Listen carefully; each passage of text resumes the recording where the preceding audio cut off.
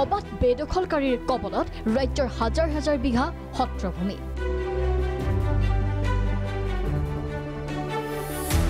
সত্ৰভূমিত চলিছে বহিৰাগতৰ দপদপনি। কাৰ সাহসত বলিয়ান হৈ একাংশই চলাইছে ভূমি বেদখল।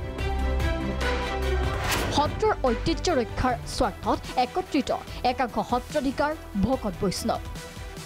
সত্ৰৰ হেৰুৱা ভূমি উদ্ধাৰৰ বাবে কাতৰ আহ্বান চৰকাৰলৈ। ৰাজ্যৰ বিভিন্ন চৰকাৰী ভূমি তথা বনাঞ্চলত অবাধ হাৰত বেদখল হোৱাৰ সমান্তৰালকৈ সত্ৰৰ ভূমিটো চলিছে বেদখলকাৰীৰ দপদপনি।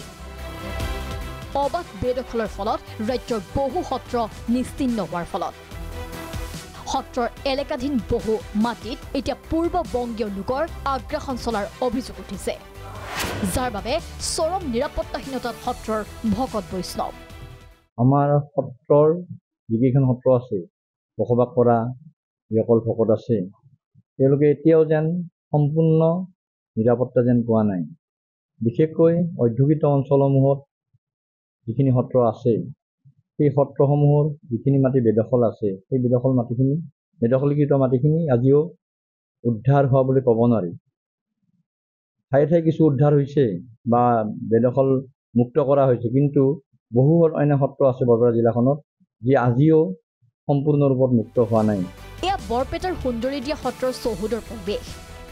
বৰপেটা জিলাৰ বিভিন্ন সত্ৰৰ সত্ৰীয়া আৰু সত্ৰাধিকাৰসকল একত্ৰিত হৈ অবৈধ দখলীকৃত সত্ৰৰ ভূমি উদ্ধাৰৰ বাবে চৰকাৰলৈ জনালে কাতৰ আহ্বান। এটা আশু সমাধানৰ বাবে যাতে চৰকাৰে ব্যৱস্থা গ্ৰহণ কৰে, সেইকাৰণে আচলতে গোটেই জিলাখনৰ যিখিনি সত্ৰ আছে, সেই সত্ৰসমূহৰ আজি সত্ৰাধিকাৰসকলক লগ লাগি আমি আজি সুন্দৰীদিয়া সত্ৰত এইটো আলোচনা কৰাৰ কাৰণে মাতি অনা হৈছে।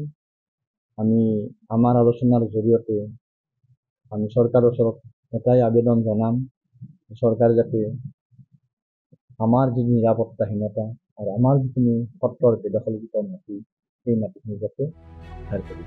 বিশেষকৈ বৰপেটা জিলাখনত থকা সত্ৰৰ মুঠ ভূমিৰ প্ৰায় 60% বেদখলকাৰী কবলত।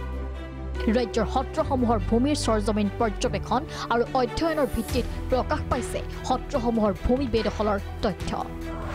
সত্ৰৰ ভূমি সৰ্বাধিক বেদখল হৈছে বৰপেটা জিলাতে। কেৱল বেদখলকাৰী কবলৰ পৰা উদ্ধাৰ কৰাই নহয়, চৰকাৰে সংৰক্ষণ কৰক গুৰুজনাই দি যোৱা সত্ৰৰ অমূল্য সম্পদৰাজিৰ লগতে পুৰণি স্মৃতিচিহ্নসমূহো।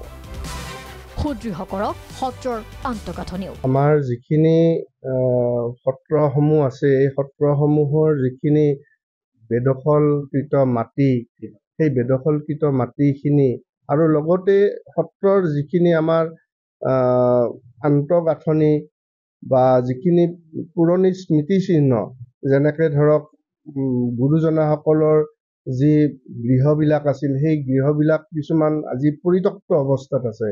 সেইবিলাকো চৰকাৰৰ জৰিয়তে আমি কিবা সুফল পাম বুলি সেয়েও আশা কৰিছোঁ। কেৱল সত্ৰসমূহৰেই নহয়, ৰাজ্যৰ বিভিন্ন জিলাৰ মঠ মন্দিৰ আদিৰ নামত থকা বহু ভূমি ইতিমধ্যে বেদখলকাৰীৰ কবলত। সেইসমূহ ভূমিও উদ্ধাৰ কৰি সংৰক্ষণৰ ব্যৱস্থা কৰাৰ আহ্বান জনালে সত্ৰীয়াসকলে। বৰপেটাৰ পৰা দিগন্ত কলিতাৰ ৰিপৰ্ট, প্ৰাগ নিউজ।